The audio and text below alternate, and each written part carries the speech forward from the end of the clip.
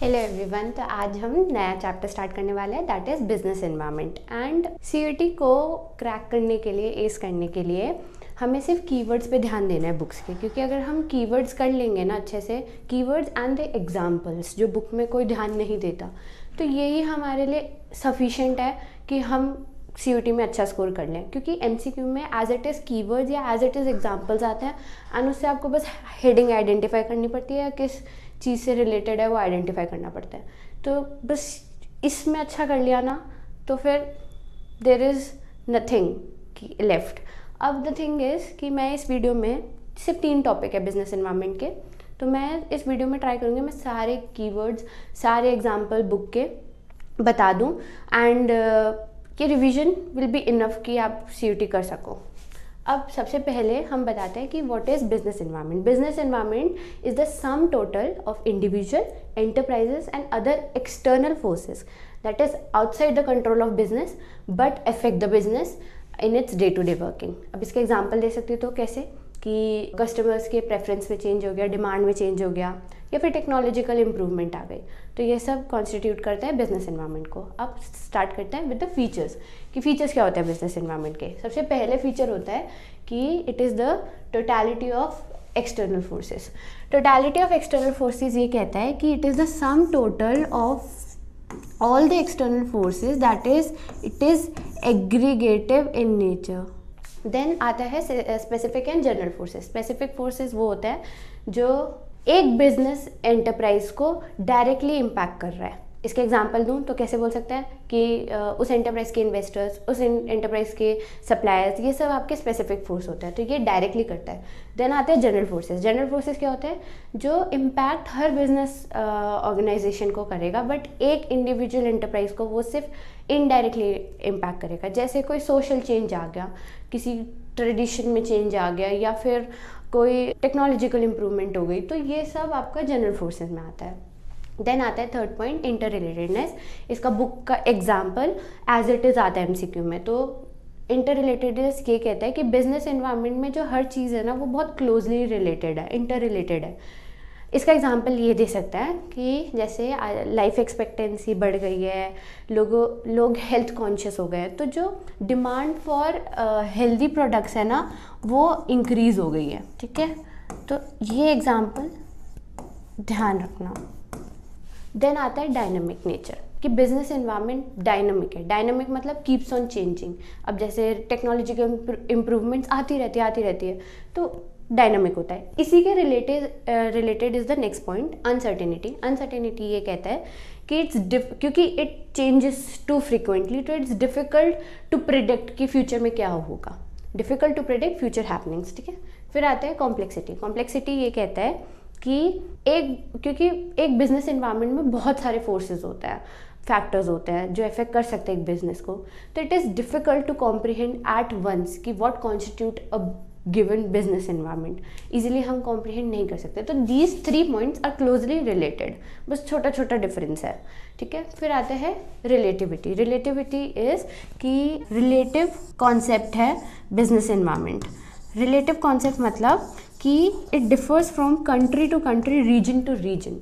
इसका एग्जाम्पल जो बुक में दे रखा है वो ये है कि demand for saris in India is higher as compared to France, है ना। तो दोनों के बिजनेस एनवायरनमेंट अलग अलग है। ठीक है, अब नेक्स्ट टॉपिक करते हैं। नेक्स्ट टॉपिक आता है हमारा, that is importance of business environment. Important में सबसे पहले ये कहते हैं कि identification of opportunities and get the first mover advantage.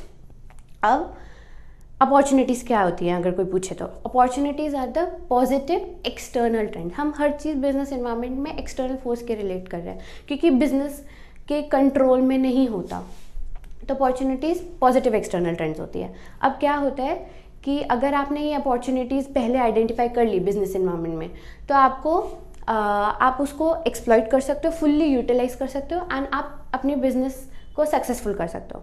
इसका एग्जाम्पल जो आता है एमसीक्यू में बुक से ही है, दैट इज़ कि मारुति उद्योग जो ऑटोमोबाइल कंपनी है, उसने it was the first company जिसने देखा था कि मार्केट में नीड है स्मॉल कार्स की, क्योंकि growing population of middle class family and nuclear families, तो उसने स्मॉल कार्स इन्वेंट की थी तो उसकी वजह से उसका ग्रेट हाइट पे बिजनेस गया था।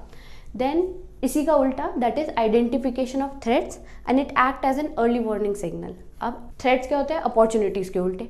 अगर बिजनेस एनवायरनमेंट कुछ पॉजिटिव कर रहा है तो फिर नेगेटिव भी तो करेगा ही ना।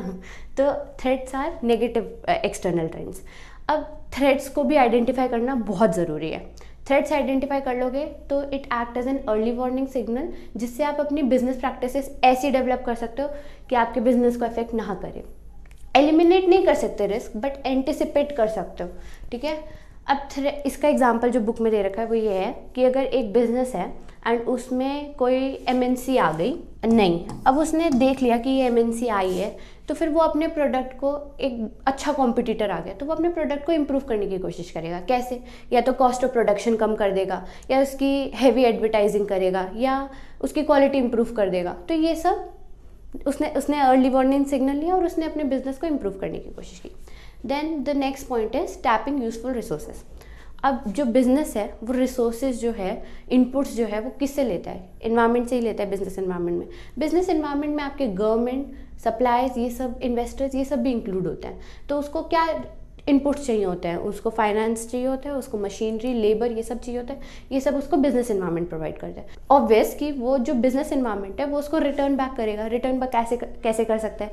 गवर्नमेंट को टैक्सेस पे करके कर सकता है, इन्वेस्टर्स को वो उसका हाई रिटर्न दे के कर सकता है ना। तो ये सब टैपिंग यूजफुल रिसोर्सेज का अंडर आता है। इतना इंपॉर्टेंट पॉइंट है नहीं वैसे। देन आता है कोपिंग विद रैपिड चेंजेस, कि बिजनेस एनवायरनमेंट जो है वो बहुत डायनेमिक है ना। हमने पढ़ा था कि डायनेमिक है, तो इतने चेंजेस आते रहते हैं। तो it's important to examine the business environment and anticipate it and develop suitable course of action, ठीक है। फिर आता है assisting in planning and policy formulation. Planning क्या होती है? प्लानिंग होती है फ्यूचर कोर्स ऑफ एक्शन, कि फ्यूचर में हमें क्या करना है। And policy is the broader concept, की लॉन्गर टर्म की डिसीजन मेकिंग, ठीक है। तो जब बिजनेस इन्वायरमेंट में हमें अपॉर्चुनिटीज़ भी मिलती हैं, थ्रेट्स भी मिलते हैं, तो फिर हम इजीली प्लानिंग कर सकते हैं एंड पॉलिसी बना सकते हैं कि हमें जो रिस्क है उसको थोड़ा कम कर सकें। नेक्स्ट पॉइंट क्या है कि इम्प्रूविंग परफॉर्मेंस, कि हम फ्यूचर जब प्रेडिक्ट कर सकते हैं तो हम ऐसे मेजर्स, ऐसे बिजनेस प्रैक्टिसेस हम ला सकते हैं जिससे हमारी प्रेजेंट परफॉर्मेंस तो इम्प्रूव होगी, प्लस जो बिजनेस हमारा है वो लॉन्गर टर्म के लिए रहेगा मार्केट में, ठीक है। अब इस चैप्टर का last topic that is dimension of business environment. तो 5 डायमेंशन होता है broadly, that is first is economic. Economic क्या होता है? कि इकोनॉमिक होता है कि इन्फ्लेशन रेट्स, आपका stock market indices, then disposable income लोगों की, देन इंटरेस्ट रेट, ये सब आपका इकोनॉमिक फैक्टर्स में आता है। डिस्पोजेबल इनकम क्या होती है? कि एक इंसान अपना कितना पैसा कंज्यूम करने में लगाएगा एंड कितना सेव करेगा। तो जो कंजम्पशन वाला होता है वो डिस्पोजेबल इनकम होती है, ठीक है। फिर आता है, नेक्स्ट आता है पॉलिटिकल।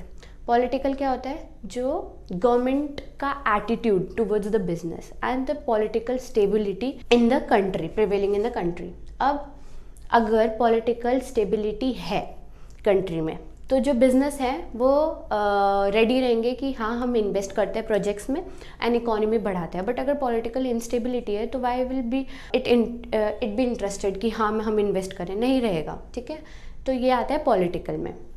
देन आता है सोशल। सोशल क्या होता है? Social is custom, tradition, values, trends, ये सब आपका सोशल में आता है, ठीक है। जैसे अब मैं एग्जांपल दूँ इसके, तो ये कह सकते हैं कि जो बुक में ही लिखा है, ये कह सकते हैं कि बिकॉज हेल्थ कॉन्शियस लोग हो गए हैं तो वो हेल्दियर प्रोडक्ट्स पे जाता है। तो दिस हैज़ हार्म्ड इंडस्ट्रीज, जो डेयरी प्रोसेसिंग इंडस्ट्रीज ये सब होती हैं, तो इन सबको थोड़ा इफेक्ट पड़ा है, नेगेटिव इफेक्ट पड़ा है ना। अब एक और एग्जांपल दूँ तो increase in demand of electronic gadgets, वो आएगा आपका सोशल में। क्यों? क्योंकि डिमांड चेंज हो गई है लोगों की, है ना। And increase in demand of formal wear, ये भी प्रेफरेंस चेंज हो गई है लोगों की, फैशन ट्रेंड्स चेंज हुए हैं, तो ये सब आपका सोशल में आता है। फिर आता है लीगल। हम लोग जनरली पॉलिटिकल और लीगल में बहुत कंफ्यूज होते हैं। पॉलिटिकल इज एग्जिस्टिंग गवर्नमेंट का जो एटीट्यूड है towards the business, and legal is जो ऑलरेडी लॉज पास हो रखे हैं, कोर्ट जजमेंट्स एंड लेजिस्लेशन जो पास हो चुकी है, उसके बेसिस पे जो बिजनेस एनवायरनमेंट में बिजनेस को इफेक्ट कर सकते हैं। फिर इसका एग्जाम्पल जो है 3 फेमस एग्जाम्पल है बुक की जो आते हैं, दैट इज़ फर्स्ट कि advertisement of alcohol is prohibited, आप एडवर्टीजमेंट कर ही नहीं सकते। फिर आता है कि बेबी फूड पे it is mandatory to write कि mother's milk is the best, and cigarette के पैकेट के एडवर्टीजमेंट में भी it is mandatory to write smoking is injurious to health. तो ये सब कोर्ट जजमेंट्स एंड लेजिस्लेशन में ऑलरेडी पास्ड है विच इज़ मैंडेटरी, ठीक है, ये लॉ के हिसाब से। And political is it keeps on change, it can't change, it is mandatory, जो ऑलरेडी लॉ से पास्ड है, ठीक है। फिर आता है टेक्नोलॉजिकल इज जो टेक्नोलॉजिकल इम्प्रूवमेंट्स होता है। इसका एग्जांपल दूँ तो क्योंकि कंप्यूटर्स और ये सब में बहुत इम्प्रूवमेंट हुई, तो जो जैसे लोग एडवर्टाइज़ करते थे पहले, बिजनेस एडवर्टाइज़ करते थे अपने प्रोडक्ट्स को, अब वो चेंज हो गया है, ज़्यादातर डिजिटल हो गया है, ठीक है, ये सब आता है। अब सबसे ज़्यादा जो कन्फ्यूजिंग चीज़ होती है जो MCQ में आ जाती है ना, वो ये होती है कि एक एग्जाम्पल दे के बताती हूँ कि MCQ में आता है कि कोविड की वजह से इन्फ्लेशन आ गया ये सब, तो ये क्या डायमेंशन है बिजनेस इन्वायरमेंट की। अब इन्फ्लेशन सुन के ना जनरली हम क्या करते हैं, इकोनॉमिक कर देते हैं, बट दैट इज़ रॉन्ग। हमें इफेक्ट नहीं देखना उस चीज़ का, हमें मेन रीज़न देखना है। मेन रीज़न क्या दे रखा है, due to Covid is social, ठीक है। तो ये चीज़ थोड़ा ध्यान रखना है कि इफेक्ट नहीं देखना, हमें मेन रीज़न देखना है कि किस रीज़न की वजह से हो रहा है। तो ये हमारा टॉपिक एंड होता है। एंड इसके बाद जो है ग्लोबलाइजेशन, लिबरलाइजेशन, वो एज इट इज़ इको के टॉपिक से जो हम इको में कवर कर देंगे। BST में इतना आता नहीं है वो MCQ में, तो मैं यहाँ कवर नहीं करवा रही। इको में हम एज इट इज़ पूरा का पूरा कवर कर देंगे, डिटेल में पढ़ा देंगे, तो वो कवर अप हो जाएगा। तो ये चैप्टर यहीं एंड होता है। Thank you.